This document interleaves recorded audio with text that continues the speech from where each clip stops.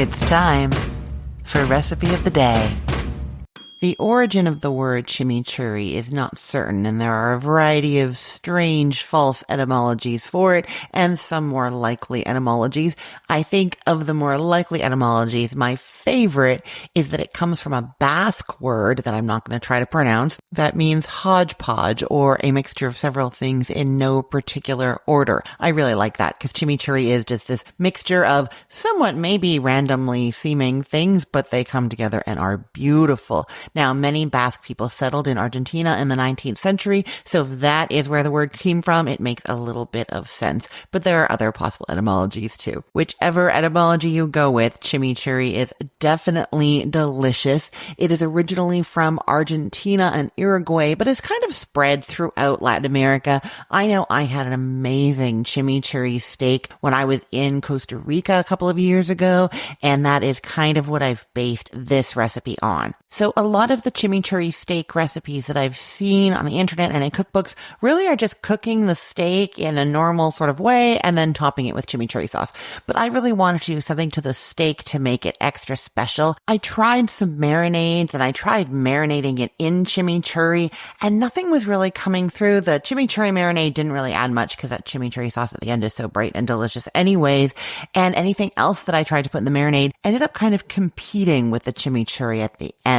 My most successful attempt came from using a dry rub that contained some salt, making it kind of like a dry brine. And you know, I've talked about dry brining steaks before. It is one of my favorite techniques to add lots of flavor and extra tenderness to steak. So that is what we're doing here. Now, I am using skirt steak for this recipe. I love skirt steak. I make it for me and the kids all the time. We all really like it. I think one of the things that I really love about it, kind of like flank steak too, is that it's of an uneven thickness quite often.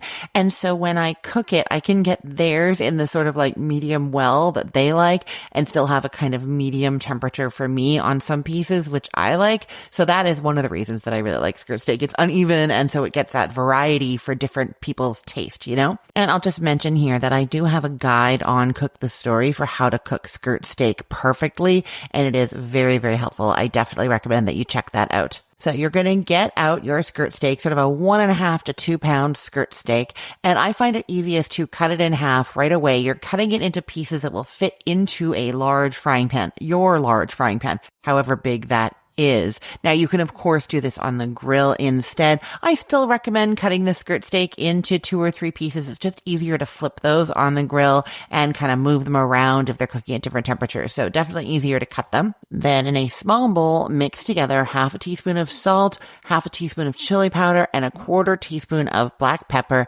and rub that all over all sides of your steak. Then you're going to transfer that steak to a rack set over a plate or a tray in the refrigerator, and you're leaving it uncovered. It's kind of going to dry out as all that seasoning penetrates. So it's uncovered in the refrigerator for ideally 8 hours. Now, 4 hours is going to let the flavor penetrate. It's going to be okay. 8 is going to be best. More than 8, I find it starts to like change the texture of the steak too much and make it like too salty throughout. So 8 hours is that sweet spot. Then get out that large skillet and heat some oil, a tablespoon, over medium-high heat. I'll say the recipe says olive oil, but I tend to use grapeseed oil for this kind of thing. It's what is beside my stove that I grab. It has a slightly higher smoking point too, so when you're doing this steak, it's just going to be a nice high smoke point for that. Once the oil is nice and hot and shimmering, you add those steak pieces. Now, I'll just say that if your skillet is not very big, it is best to do this in batches so that they're not crowding each other. Either that or crank the heat all the way up to high and do your best to really get a sear on them, even though they're kind of crowded. The issue when you have too much in a pan or in a skillet is that it lowers the heat and then things kind of steam instead of searing. So either put less in there or crank that heat up and do your best. Now, if you like your steaks medium, they're going to cook for 3 to 4 minutes aside. Now, like I said, there's going to be some uneven pieces. So if you want, you can have the thicker pieces be for the people people who like their steaks a little bit less well done, and the thinner pieces for people who like them more well done. And then you're kind of cooking everything for the same amount of time. The alternative is that you can take some of the pieces off sooner, and then those will be for the people who like them a little bit less well done. You see what I mean? Okay, you're going to transfer that steak to a cutting board once it's done and let it rest for 5 minutes. And I make the chimichurri in those 5 minutes right there at the end. You could have done it earlier before you even put the steak on to cook while it was resting in the fridge, or do it at the end here. And what you're doing is you're getting a blender or a food processor, and to it you're adding half a cup of firmly packed fresh parsley leaves. So you get your half cup measure and you really pack it with those parsley leaves. Then a tablespoon of fresh oregano leaves. I'm going to say if you do not have fresh oregano leaves and you don't want to get them just for this recipe, do not use dried oregano instead. I tested it and it gives it kind of like a salad dressing flavor. It doesn't do what you want it to. It is actually way better to just skip the oregano entirely if you don't have the fresh oregano. And I'm not usually a fresh herb snob. Like I'm usually like, I don't have the fresh, I'm just going with the dry.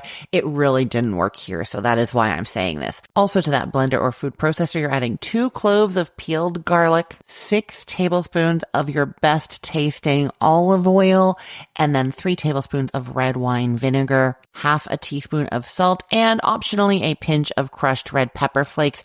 I'm just going to also say that I've seen a lot of recipes that in addition to the red wine vinegar have a citrus acid, either lemon or lime juice added to this. I tested both and I liked it way better without them. So my advice is just to stick to the red wine vinegar and not add any other acid. Okay, then you're covering up the blender or food processor and pulsing it 4 to 5 times, or a little bit more if you wanted even a finer consistency. Then you are slicing your steak against the grain, and this is where you might want to check out that skirt steak tutorial that I told you about, because skirt steak's grain runs a little bit differently than other steaks. So if you picture a long piece of skirt steak in front of you, the grain is actually running up and down, not all the way across in front of you. Like a flank steak, if you lay the flank steak that way, the grain is running the length of the steak. So then if you take your knife and start at the right side making slices, those are going to be against the grain. With the skirt steak, those grains are actually going to be running in the same direction as that knife, and that's going to lead to long, chewy strands of beef instead of nice, juicy, easy to chew, tender pieces of meat. So what you do is you take those pieces of steak and you turn them 90 degrees and then you slice. Now, if you don't want as long slices if you got there, then you cut those pieces in half before you start slicing them. If you're confused, don't worry. Head to cookthestory.com and search for skirt steak. It's called How to Cook Skirt Steak Perfectly, and there are pictures there. It is going to make so much sense. There's a video too with me talking and explaining it. You can see it all, the comparison between the flank steak and the skirt steak. Oh, it's also on Instagram and TikTok, so you can find it in a lot of places. Cook the Story in either of those places as well, and then you'll know what I'm talking about. So slice up that steak and then fan it out either on your dinner plates or on a serving platter, and then spoon the chimichurri over the middle of those slices all the way across and serve. I will put the link to this recipe in the show notes for this podcast episode, or you can head to cookthestory.com/ROTD and get it there. And yes, definitely check out what I've been posting on Instagram and TikTok. There's a lot of great stuff there. I'm Cook the Story on both. I am Christine Pittman from cookthestory.com, thecookful.com, the all-new chicken cookbook, and from this podcast, Recipe of the Day. Have a wonderful day. Let's get cooking.